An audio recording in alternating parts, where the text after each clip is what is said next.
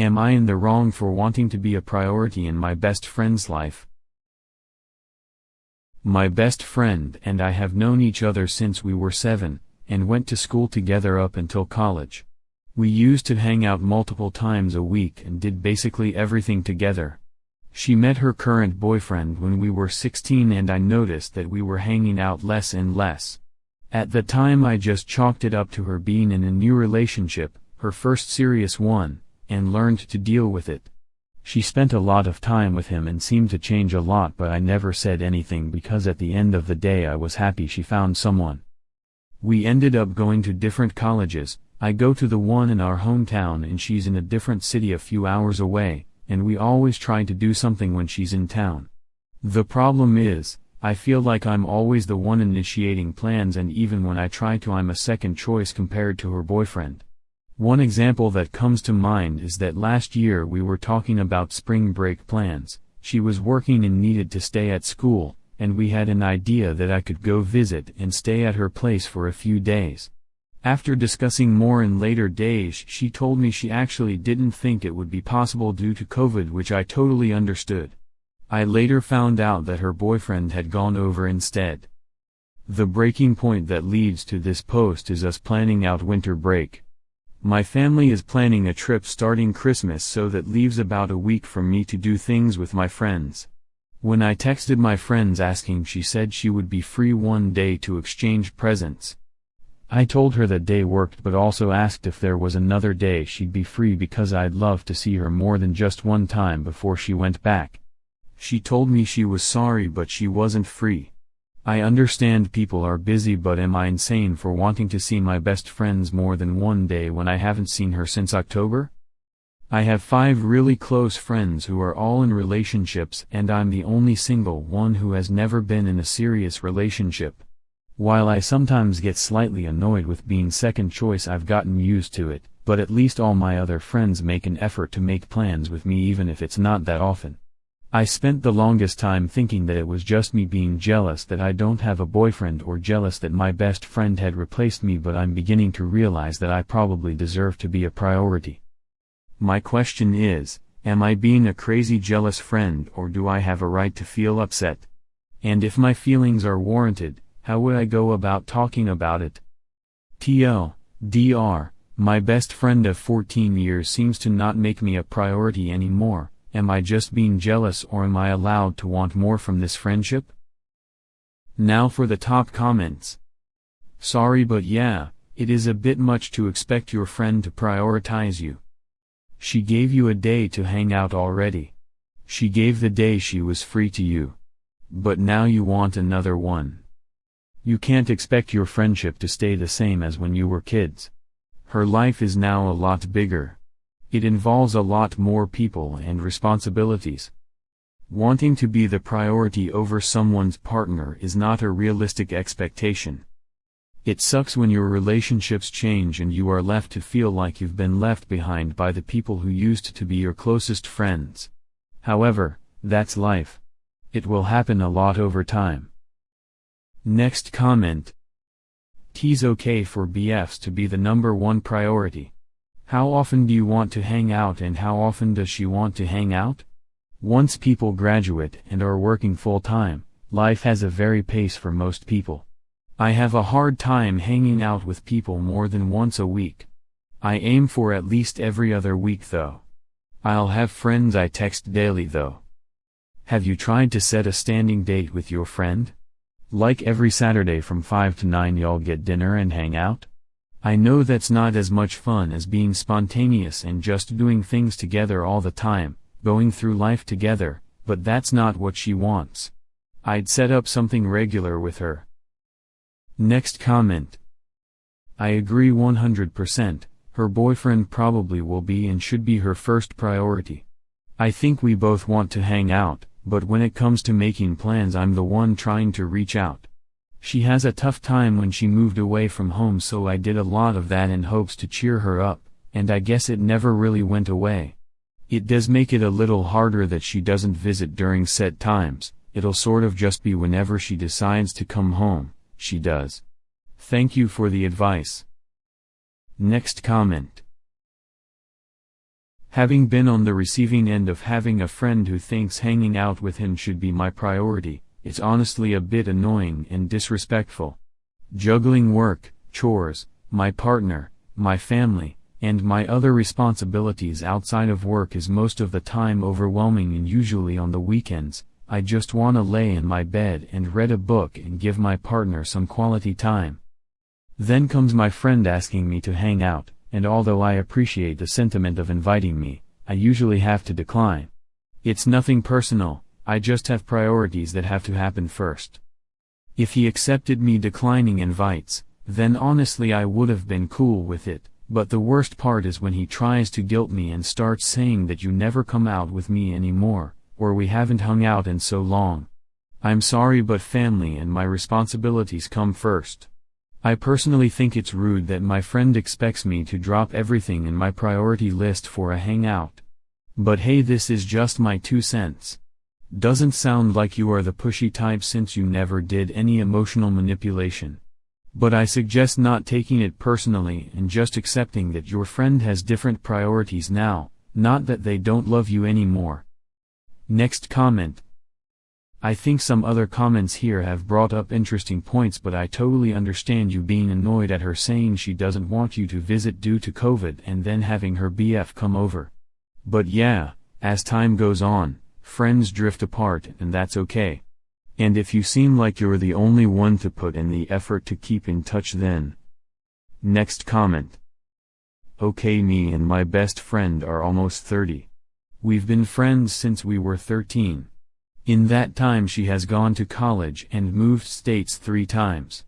And I've been the one occupied in more serious relationships. We've gone months without talking. I think the longest we went without seeing each other was 18 months. As life goes on, especially when you're not always together, these things happen. I've prioritized things over her and she's done the same to me. It happens. What really matters is how you guys interact when you do talk on the phone or see each other. Me and my bestie pick up like no time has passed. She's been in town twice in the last 6 months and didn't tell me, but she had 3 days each time and lots of family to see. But she just texted me out of the blue yesterday some stupid old video we like, and we frantically exchanged texts. Like seriously, my fingers couldn't type fast enough to throw out information and jokes. And that lasted for 20 minutes and then we stopped. I had to cook dinner. Her boyfriend got there. And that will probably be it until a brief Merry Christmas text. Then who knows, but it doesn't bother us anymore. If you can pick up like you always do, that's all that really matters. Next comment. I'm a person who tries to make my friends and partners equal in terms of my priorities. For example, if I've already made plans with a friend and suddenly my girlfriend, if I had one, wanted to make plans last minute, unless it's an emergency or it's a super special event that I either forgot or didn't know about, I will never cancel plans on my friend to hang out with my girlfriend. My friends are my family, so they're on equal ground.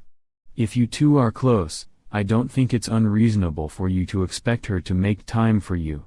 However, not everyone is like me and puts friends on the same level as partners. You're gonna have to decide if you are willing to put up with not getting that kind of attention from her anymore. Next comment. I understand, and I also think I worded that wrong. Like someone said below, I realize I am not entitled to other people's time, but I think I was getting more at should I expect a similar amount of engagement from someone that matches how much I'm willing to give, if I want this friendship to continue. But I do see your point. If I'm not content, that's no one's problem but my own. I think you see the issue. Just because you're willing to give a certain amount of priority, care, and attention into a certain relationship, doesn't mean that you're entitled to receive the same back. It's a problem I've had often in my life too. If she's clearly not interested in having that kind of close, priority friendship right now, you need to either make more friends and hobbies to meet your needs so that you're satisfied with a more casual friendship with her, or decide you want a friend who matches your dedication and leave to go find that. It's also tough because this time of year is so crazy busy and stressful, especially for college students with finals. if she's still a student. Next story. Boyfriend admitted that he doesn't find my body attractive. My boyfriend and I have been together about 9 months and things have been going great. We've talked about moving in together and generally talk about our future with each other in mind. That being said, the other night we were at a concert, drinks were involved, and I was kind of hanging on him, with my arms around his neck, kinda dancing with him, kinda kissing him. It was cute and I was in no way putting all my weight on him. When I did this, he got upset with me and told me I was too heavy. Obviously, this hurt my feelings. I tried to explain to him that telling me I was too heavy was a sensitive subject for me, and could he please not do it again. This started a fight, which ended in him admitting that because I'm bigger and he's pretty skinny, he doesn't think we're very sexually compatible, which is why we're not intimate as often as I'd like, and he doesn't go down on me, and he's sometimes embarrassed of me around his friends and family. I was incredibly insulted and humiliated. I've always been pretty confident in my body and just assumed that since he claimed to be in love with me and we were talking about our futures together, he liked my body too. He says he still loves me and wants to work things out, but I don't know how I can feel comfortable around him or trust him again. Why would he want to be with someone he doesn't find attractive anyway? Help. TLDR. My boyfriend and I got in a fight in which he admitted he thinks I'm too big, but says he still wants to be with me, but I don't think I can be comfortable around him anymore. Now for the top comments. 100% beyond a shadow of a doubt, dump him. Don't ever let someone you're having sex with ruin your relationship with your own body. Someone you've known for 9 months is not worth how hard it is to rebuild your confidence and self-love. He doesn't actually love you.